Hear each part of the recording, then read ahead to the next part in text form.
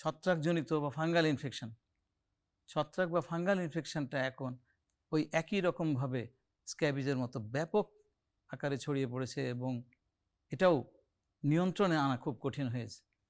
আপনি এটা কেন নিয়ন্ত্রণে আনা যাচ্ছে না, এটার ব্যাপারে কি বলবেন আপনি? আচ্ছা, প্রথমত এটা একটা খুব কমন রোগ, সবাই জানে। এটা ছত্রাক বললেন তো, এটা মানে রিংওয়ার্ম বলি আমরা, গায়ের মধ্যে রিংয়ের মতো হয়, রিংয়ের মতো হয়, এবং এটা চিকিৎসা সবাই জানে। এই চিকিৎসা সবাই জানে, ফার্মেসি জানে, সবাই জানে, ডাক্তাররা তো জানেই এরকম। সুতরাং সবার চিকিৎসা সবাই নিজে নিজে করে। সমস্যা হচ্ছে এখানে ম্যাল ট্রিটেড, প্রপার ওষুধ খায় না, 2-3 দিন খালি একটু কমলো, বন্ধ করে দিল। ফার্মেসি থেকে একটা ওষুধ নিয়ে আসলো, সেখানে যেটা আমাদের স্টেরয়েড আছে, স্টেরয়েডটা দিলে কি হয়, যাদের ত্বকের মধ্যে যে প্রভাব ইনফ্লামেশন তৈরি করে, ইনফ্লামেশন কমে যায়, পেশেন্ট আরাম বোধ করে, ওইটা আমাদের ভালো যাচ্ছি।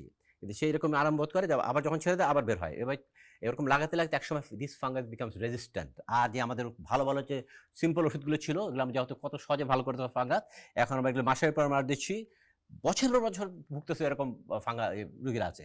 সুতরাং এই জায়গায় আমাদের সচেতনতা খুব ভেরি ইম্পর্টেন্ট। যে আমাদের যে আজকে যে ওয়ার্ল্ড হেলথ যে বললাম যে আমাদের এডুকেশন, নলেজ, এই নলেজটা যদি আমরা সব ঠিক মতো শুনি, ডাক্তারদের কথা থেকে শুনি, কীভাবে ওষুধ খেতে হবে, কীভাবে লাগাতে হবে, কতদিন লাগাতে হবে, এগুলো যদি আমরা ঠিক মতো এই নলেজটা যদি গ্যাদার করতে পারি, তাহলে কিন্তু কিউরেবল।